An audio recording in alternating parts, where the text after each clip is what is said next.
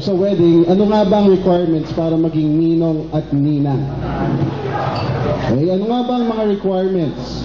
Number one, kailangan, bukod sa maganda, o gwapo, of course, number one is mayaman. Okay, so, the people that I'm gonna call right now are the richest people in this place today. So please, when your name is called, please stand up so everyone can see you. And let's give them a big warm welcome, okay? So, let's call on. Pwede ba natin silang tawagin mga Don at Donya? Just for fun. Okay, sige, Don at Donya. Pag lalaki, Don. Pag babae, Donya. Alright, so, let's call on the first principal sponsor, the ladies first.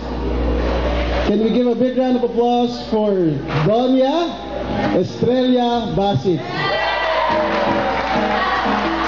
Ma'am, tayo naman po kasi everyone can see you. Wow. Ayan, alright. Donya, di ba? Next would be another Donya. Donya Natividad Torres.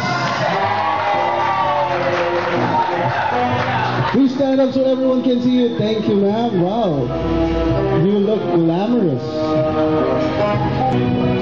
Don Romel Benson. Ibang hatak sa fans.